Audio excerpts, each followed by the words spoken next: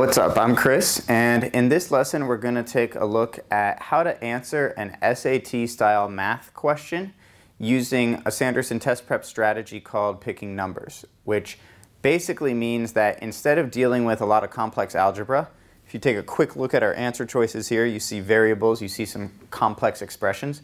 We're going to see if we can approach something numerically to make it a little easier to work with. So this question, some of you may have seen it before. This is a question from the official SAT study guide. It's on page 401, so if you have that in front of you, go ahead and open to page 401. This is question 20 from section 3 on the first practice test.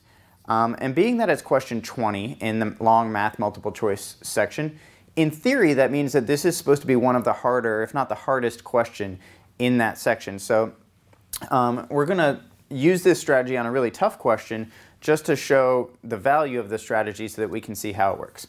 So let's take a look at our question.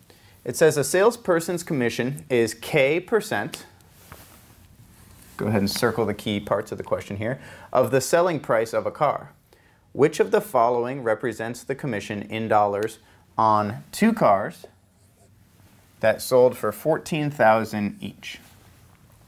So when dealing with these kinds of questions, when we go to use picking numbers, an acronym that really helps us remember exactly what to do is PAM. And PAM stands for Pick, Answer, Match. So we're going to walk through that process of picking a number, answering the question, and then matching it to an answer choice on this example. So let's start with P from PAM, pick, and let's pick a value for K. They tell us in the question that a salesperson's commission is K%. So we can pick any value that we want. And you want to try to pick numbers that are going to make the math that you have to do somewhat easy to work with. So I wouldn't pick my value for K as 17.3. Even though the problem would still work out if you did that, it's going to make the calculations a lot more complex. I'm not too sure what 17.3% of 14,000 is. But if you pick something a little simpler, maybe something like K equals 10, then your calculations will be a little easier as well. So let's try that. Let's say we pick K equals 10. So our salesperson is going to get a 10% commission on every car sold, and we're selling 2 cars at $14,000 each. So now that we picked a number, we want to go ahead and answer the question. So this is the A part of PAM, pick, and then answer. We're going to try to answer the question. So if you get 10% of 14,000, what is that value? So hopefully you said 1,400 relatively quickly on that. If you needed to type that into a calculator and do 14,000 times 0.10 and get the result that way, then that's okay. But for test day, you want to work on speeding that process up a little bit. With percentages like 10% is really the same thing as saying 1/10, and you're just dividing by 10 to get your result, which means chopping off a 0 from the end. So 10% of 14,000, if you do 0.1 or 0.10 times 14,000, you'll get 1,400 as your answer. And that's what our salesperson gets for each car sold. And in this case, we are selling 2 cars, which means we're going to get 1,400 for each one. And that adds up to a total of 2,800. So 2,800 is the answer to the question. So PAM, pick, we picked K equals 10. A, answer, we answered the question with 2,800. And now,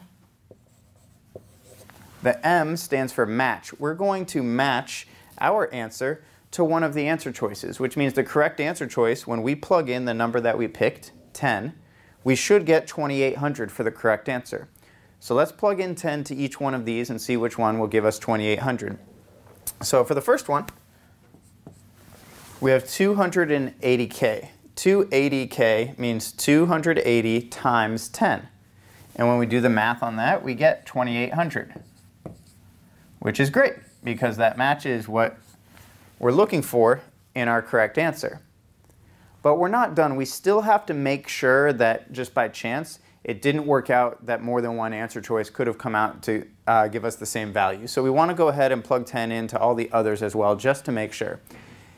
Another important thing to keep in mind is when you go through this process, you don't actually have to find the exact result every time. So here, for example, I know that 7,000 times 10 is going to be way too much. 7,000 is already more than what I'm looking for, so if I multiply times 10, I know I'm going to be over, so I can eliminate answer choice B without having to do the exact calculation and get the exact result. Same thing with C. 28,000 times 10 is going to be 280,000. We're way over where we need to be, so we can eliminate that one as well. Answer choice D is a little bit more complex. We have 14,000 divided by 100 plus 2k. So if we do the exact math on that, we get 14,000 divided by 120. Well, when you're dividing by 100, that means you're removing zeros from the end. So by itself, if you were just dividing by 100, we would be down to 140, which is too small of a value. And if you're dividing by 120, well then you're going to get an even smaller result. So that allows us to eliminate D. And then with E, 28,000 plus 10 would be 28,010. And that's going to be kind of close to what we're looking for. So let's do the exact math on this just to make sure. If we have 28,010 divided by 100, when we do the exact math on that, we get 28,0, and there's going to be a decimal there. It's going to be 0.1. So the numbers looked like it might work out on that, but when you divide by 100, the decimal moves over an extra space, and we have too small of a value there, which allows us to eliminate E, and we're left with answer choice A, the correct answer to this question. So hopefully we understand that process a little bit, and the most important thing to remember is this acronym, PAM, P-A-M.